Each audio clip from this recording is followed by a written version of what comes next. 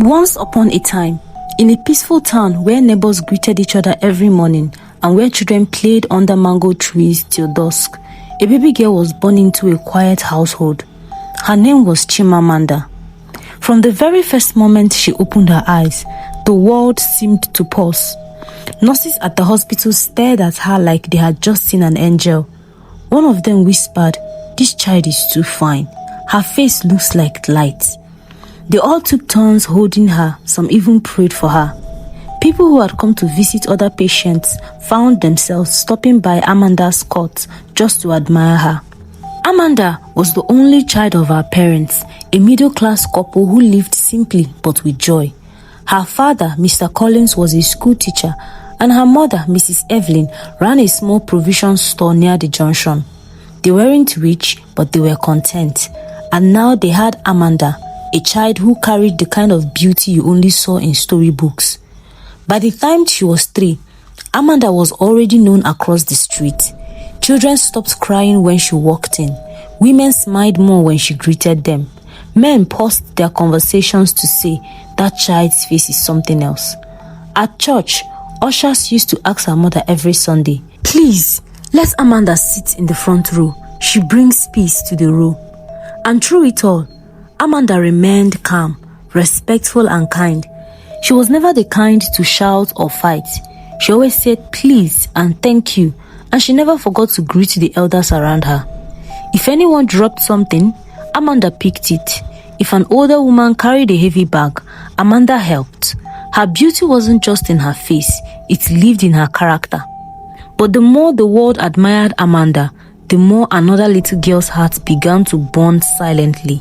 Her name was Ruth. Ruth lived 2 houses away from Amanda. They were close in age, went to the same school, attended the same church, and even played together every evening.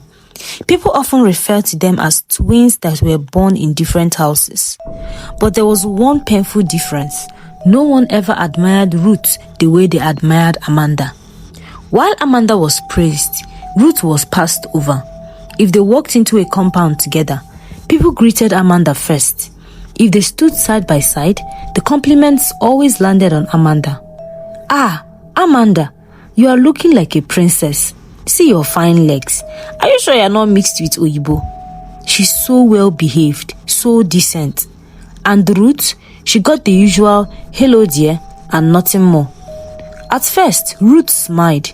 She told herself it didn't matter, but little by little she started noticing things she couldn't unsee. Amanda would receive gifts at birthday parties. She would get picked first for performances at school, and if someone's son came home from the university, it was Amanda's house they visited, not hers. One day, when they were about 12 years old, Ruth sat on her bed and stared at her mirror. "Why is it always her?" she whispered. "Why does the world only see Amanda?" No one heard her. No one ever did. Amanda, on her part, never noticed Ruth's pain. She genuinely loved her friend. If she received something nice, she shared with Ruth. If someone complimented her, she would say, "Ruth is beautiful too." She often defended Ruth when other girls mocked her or left her out. She thought they were sisters in spirit. Ruth thought otherwise. By the time they entered the university, Ruth had already learned how to wear a smile like makeup. She laughed with Amanda, hugged her, prayed with her, but inside her chest was a small burning coal of envy that never died out. At the end of their university days, Amanda graduated with good grades. She returned home glowing with joy. People said, "Amanda is ripe now, she's marriage material," and they were right. Men began to knock on the door. Some were rude and only wanted her beauty. She rejected them gently. Others were decent but didn't connect with her spirit. She let them go peacefully. But then came Alex. He was tall, well-spoken, smart, and dressed like someone who had never borrowed a shirt in his life. He was the son of a well-known businessman in the East. But unlike other rich boys, Alex was polite and gentle. He first saw Amanda at a wedding. She was sitting at the back, dressed simply in a yellow gown that hugged her like sunlight. He didn't blink for a full minute. The next day, he found her Instagram through a cousin. He messaged her respectfully. Amanda showed the message to Ruth, laughing. This one looks serious, Amanda said, smiling. Ruth forced a smile. He looks like trouble. Rich boys can't be trusted. But Amanda didn't listen. Alex was different. He visited with his friends. He brought gifts for Amanda's parents. He asked permission before holding her hand. People said, "Ha, this is husband though." Even Amanda's father said one night, "If he continues like this, I'll thank God for blessing us." Amanda started falling in love. Ruth started falling apart. She watched them hold hands in public. She saw Alex open car doors for Amanda. She heard Amanda say, "Ruth, I think he's the one. I can feel it in my chest." Ruth smiled. "Aw, I'm happy for you." But that night, she couldn't sleep. She tossed on her bed until midnight. She opened and closed her WhatsApp repeatedly. She looked at Amanda's Instagram, post after post of beauty, grace, and joy. Then an idea entered her mind like a thief in the night. If I can't be her, maybe I can destroy her. The next day, Ruth visited Amanda and suggested something. "Let's go out tonight, just you and me. You're always with Alex now. I miss my friend." Amanda smiled. "Oh, you're right. Let's do something light. But you know I don't do loud places or drink." "Of course not," Ruth laughed. "It's just a soft bar. You can even take malt. I just want us to laugh like old times." That evening, Amanda wore a soft blue gown. Ruth called an Uber. He drove them to a quiet bar near town. The lights were warm, soft music played. Amanda ordered Chapman. Ruth ordered water and something extra. As Amanda stepped outside to cough after sipping her drink too fast, Ruth opened her bag quickly, brought out a small sachet and poured the powder into Amanda's water. Amanda returned, laughing. "You see why I don't drink? My throat almost slapped me." Ruth giggled. "Drink water, Joe." Amanda lifted the glass and drank. Few minutes later, she started blinking slowly. "I feel tired." "Maybe you are stressed," Ruth said sweetly. "Let's get you home." They ordered a ride. Amanda was asleep before the car turned off the main road. When they got to Amanda's apartment, Ruth opened the door with Amanda's spare key. A man was already waiting inside, a tall stranger Ruth had arranged earlier. He wore jeans and a polo. He looked nervous. "Just lie beside her. Don't touch anything. Just pose." Ruth took the picture of Amanda asleep and the strange man lying together. Then Ruth whispered, "Thank you," and sent the images to Alex. Before then, at the bar, Ruth had copied out Alex's number to her phone, waiting for the right time to strike. The message landed on Alex's phone at exactly 11:44 p.m. He stared at them for 5 minutes. No words, just heavy breathing. A moment later, Amanda's phone buzzed. "You played me. I thought you were different. I looked at you and I saw forever. I told my mother you were the one. I made space for you in my life and my heart. And now I feel shame. I was stupid to believe in you. Please don't ever call this number again." Alex blocked Amanda's number. The next day, Amanda woke up feeling like she had slept for 2 days. "How long was I out?" she asked Ruth, rubbing her eyes. "Just a few hours," Ruth replied, yawning. "You were exhausted." Amanda nodded but felt a strange ache in her spirit. Later that day, she tried calling Alex. The number didn't ring. She opened WhatsApp. The final message before the chat disappeared. "You looked innocent.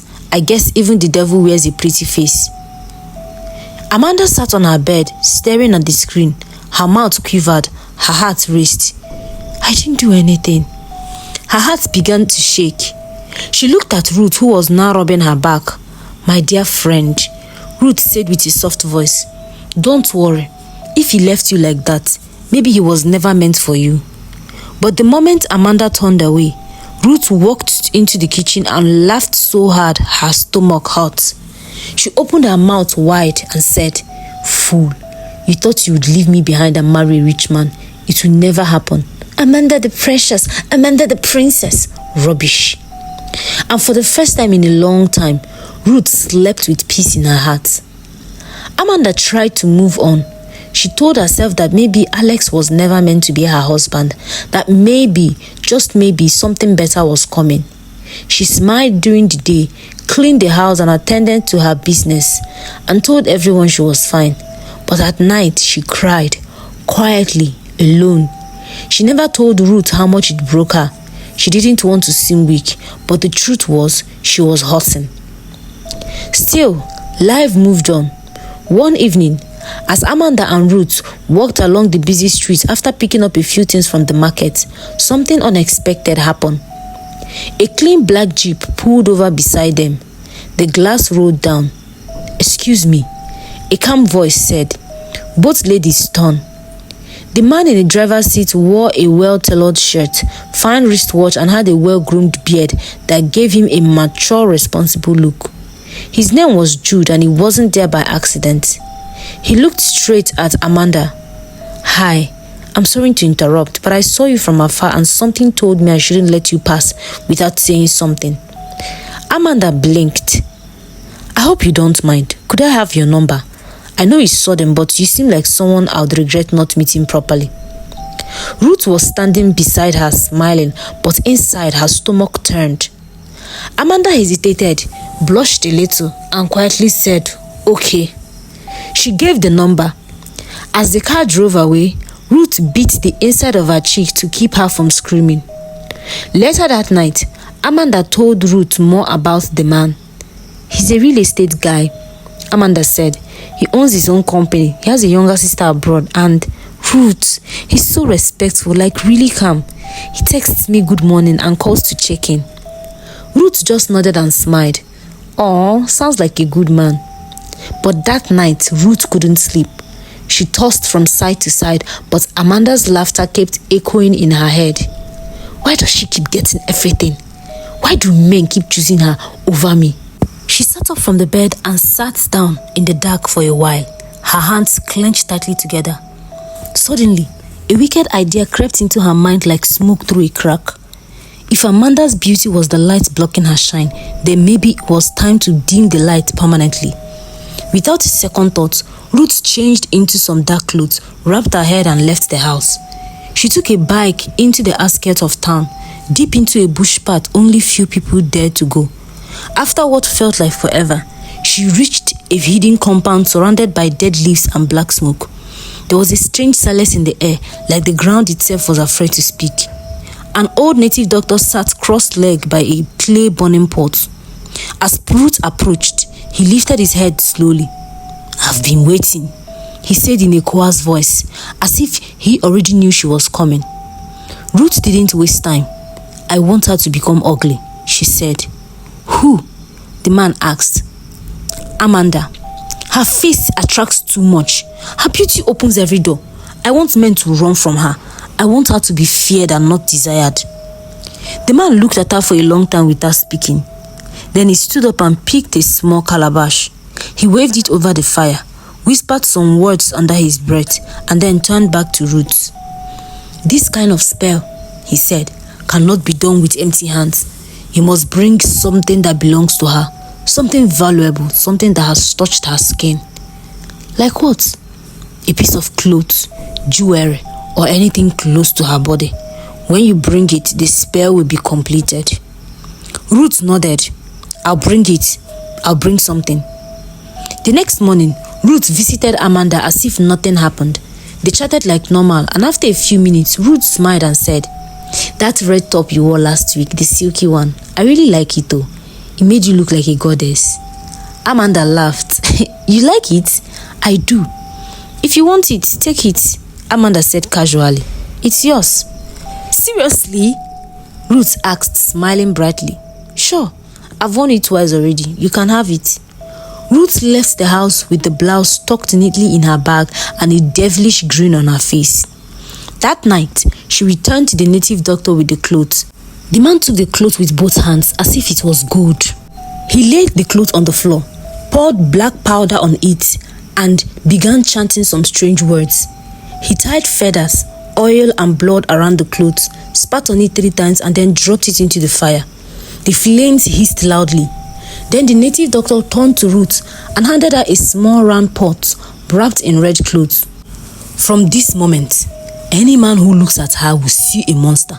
She will be feared, not loved," Rejected, not accepted. He leaned in closer, but remember, hide this pot well. If anyone sees it, the curse will return to you 7 times stronger. Ruth clutched the pot and nodded, and left the shrine with a wicked fire in her eyes. The next few days were normal. Amanda continued chatting with Jude. They planned to meet again. He offered to take her out, lunch at a nice hotel. That morning, Amanda wore a soft pink gown. She looked radiant. Her hair was packed neatly, light makeup, perfume. She felt ready for a new chapter. She had Jude's car on. He was downstairs. Amanda smiled and rushed out. As she stepped out of the gate, Jude stepped out of the car too and froze.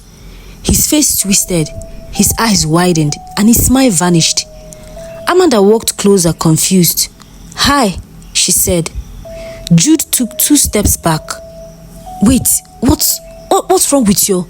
He stammered and suddenly entered his car and drove off. Just like that. Amanda stood there. People on the street stared. One woman whispered, "Why did he run like that?" Amanda went back inside, confused and broken. She texted Jude, no reply. She called, switched off. She sat on her bed and stared at the wall for 2 hours. That was how Jude blocked her and never called her again. The next week, a new man came. This one was from church. His name was Stan, a youth leader, kind, funny, godly.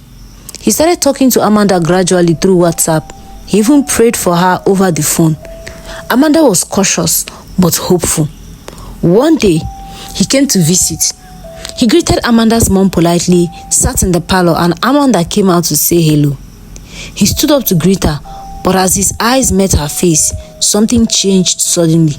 He sat down slowly, then checked his phone like he had a message. I remembered something, he said. "I have to rush somewhere urgent. I'll call you later." He left immediately. He never called. Amanda opened WhatsApp that night. He had blocked her. By the 3rd man, Amanda had stopped expecting anything.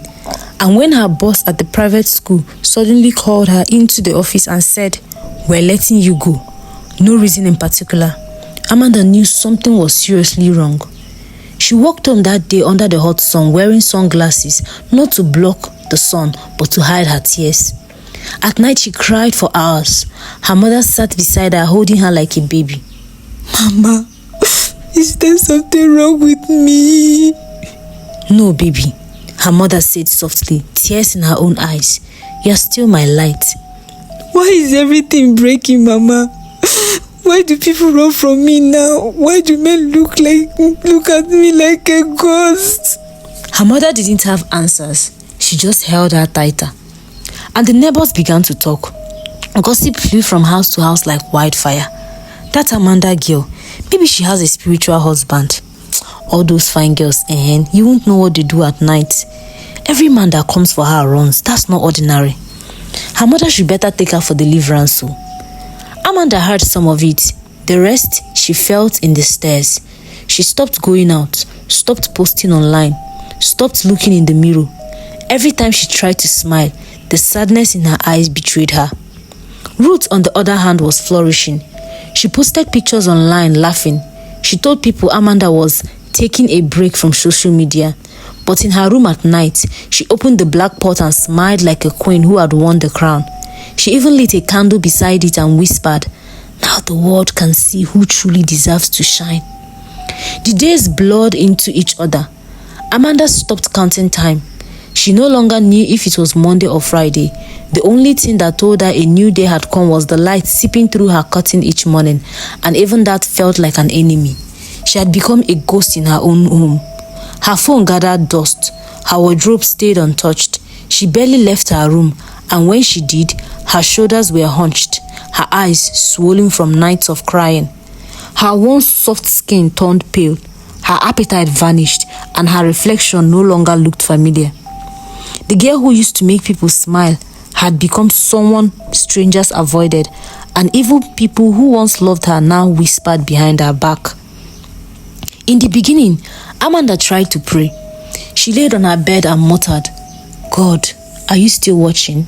But by the end of the second week, her voice had gone silent too. One afternoon, her mother entered her room and found her sitting on the cold floor with her arms wrapped around her knees. "Amanda, you haven't eaten all day," her mother said softly. "I'm not hungry," Amanda replied, her voice weak. "You can't keep going like this." "I didn't do anything, Mama. I only tried to be good. I was always respectful. I prayed. I waited. So why is life punishing me?" Her mother kneeled beside her and pulled her close. "My daughter, I don't know what this is, but I know who you are and I still believe in you." Amanda broke down in her mother's arms. Tears flowed without shame. She wept like a child, shaking with pain that she couldn't put into words. Outside their house, the gossips were getting louder. Meanwhile, Ruth kept up appearances. She visited Amanda sometimes, pretending to be concerned, and then left to laugh behind closed doors. At night, she would open her drawer, look at the black pot and whisper, "You wanted to leave me behind, marry a rich man while I was still struggling. Never." But even Ruth didn't know that the pot she treasured had started cracking very slowly. Then came the day everything changed. Amanda's mother convinced her to go to the market. "Just get some air. Please, let's walk, even if we buy nothing." Amanda agreed reluctantly. She wore a big face cap with no makeup and kept her eyes on the ground as they walked from store to store. At one corner, Amanda's mother stepped away to buy something from a vegetable seller. Amanda stood by the small store waiting. Then it happened. A man in clean suit, mid-40s, well-dressed, calm, walked past her, stopped suddenly and turned. He looked directly at Amanda. His face changed. He took 2 steps towards her, stared again, then gasped. "Jesus," he whispered, loud enough for Amanda to hear. Amanda turned slowly. "Excuse me?" she asked, confused. "Please, I didn't mean to scare you. But your face, do you know what's sitting on it?" Amanda's heart dropped. "What do you mean?" "There's a veil," he said, his voice trembling. "A black spiritual covering. I just saw it now. I don't know you, but the Spirit of God opened my eyes." Amanda stared at him like he had spoken a foreign language. He stepped closer. "Do you know anyone who has been working against you? A close friend, a friend?" Amanda's lips parted slowly. "Why are you saying this?" "Because I'm a prophet," he said gently, "and heaven just revealed that you're not caused by accident. You are under attack. There's a pot somewhere, something used to cover your beauty, to scare men from you." Amanda staggered backwards. Her mother rushed back. "What's going on?" The man nodded respectfully at Amanda's mother. "Mama, your daughter is carrying something that doesn't belong to her. Please, bring her to this church tomorrow." He reached into his pocket and handed Amanda a small business card. "Prophet Elijah Ministries, Deliverance and Healing." "Come," he said. "If you still believe in God at all, come." Then he walked away. That night, Amanda didn't sleep. She clutched the card like it was a rope holding her to the edge of life. She stared at her ceiling, and for the first time in months, she prayed. From a place so broken, even God must have paused to listen. The next morning, Amanda and her mother dressed quietly and made their way to the small church listed on the card. It was simple. No flashy lights, no big speakers, just worship music playing gently and a few women already kneeling in prayer. Prophet Elijah met them at the door. He led Amanda to the altar and asked her to kneel. "Don't be afraid," he said. He laid his hand on her head and began to pray. As he prayed, his voice grew louder and more intense. Suddenly, he opened his eyes and said, "A red cloth was used. A friend you trust. She entered the shrine for your sake. She made you unrecognizable in the eyes of men." Amanda's eyes widened. Her mother covered her mouth and began to cry.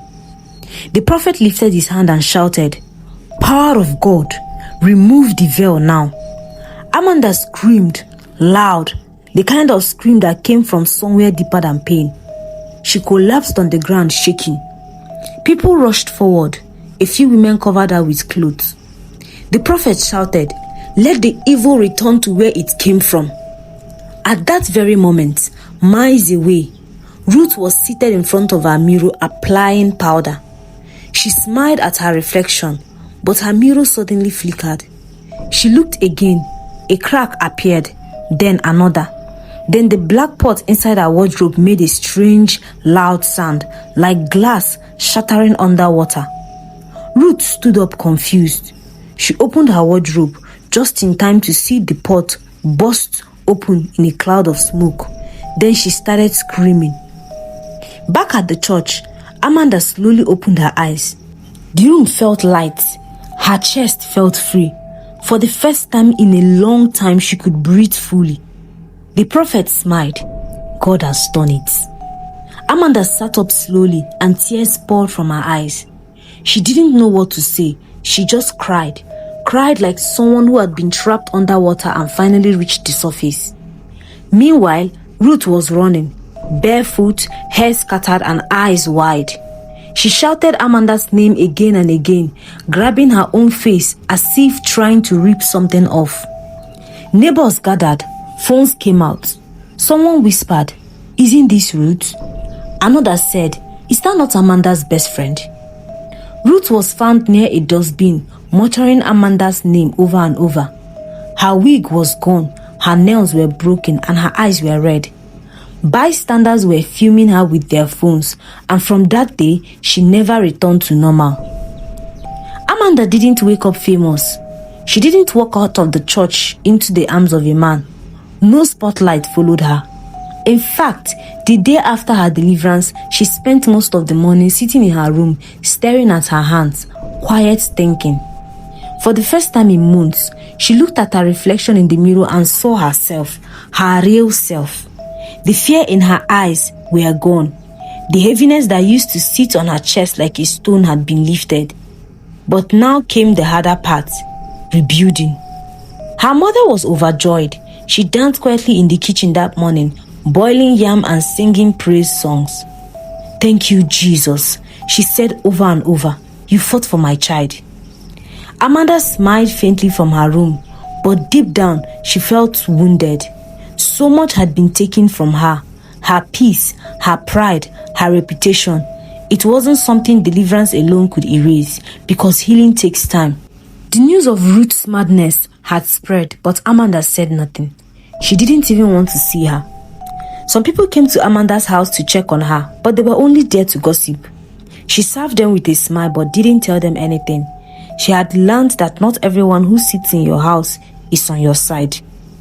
Weeks passed. Slowly, Amanda began to live again. She returned to her online business. She reactivated her WhatsApp. She joined a women's fellowship in a quiet church nearby and started volunteering.